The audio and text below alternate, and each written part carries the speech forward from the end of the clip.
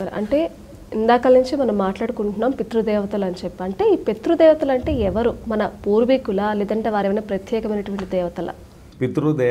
పితృదేవతలు అని మనం మాట్లాడుకుంటున్న మాటకి వారు జీవించి ఉండగా కూడా వారు పితృదేవతలే. కానీ వారు గతించిన తర్వాత వారు జీవించి ఉండగా మనకు ప్రత్యక్షంగా కనిపిస్తూ ఉంటారు. వారికి ఎప్పుడూ కూడా నమస్కారం చేసుకుంటూ ఉండాలి. వారు గతించిన తర్వాత అంటే ఈ జీవుడి శరీరాన్ని వదిలిపెట్టిన తర్వాత ఉత్తమ లోకానికి వెళ్తూ ఉంటారు.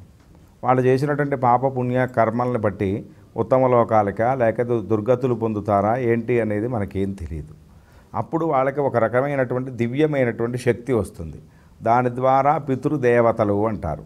మన తల్లిదండ్రులే పితృదేవతలు. పితృదేవతలు ఎవరు అంటే పితృపితామహ ప్రపితామహానాం వర్గత్రయం అంటారు.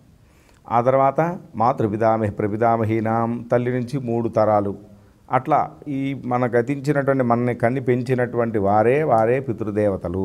వారి అనుగ్రహం కోసమే మనం ఈ ప్రయత్నాలన్నీ చేయాలి. పితృదేవ ప్రసాదేన కర్తృవంశోభివర్ధతే.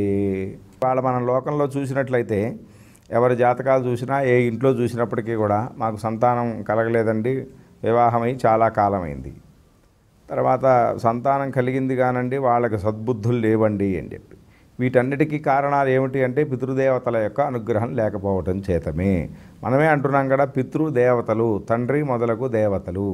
కాబట్టి వాళ్ళు మన తల్లిదండ్రులే ఆ పితృదేవతలు. సాక్షాత్తుగా జీవించి ఉన్నప్పుడేమో వారికి సాష్టాంగ నమస్కారాదులు అవన్నీ కూడా చేస్తాం.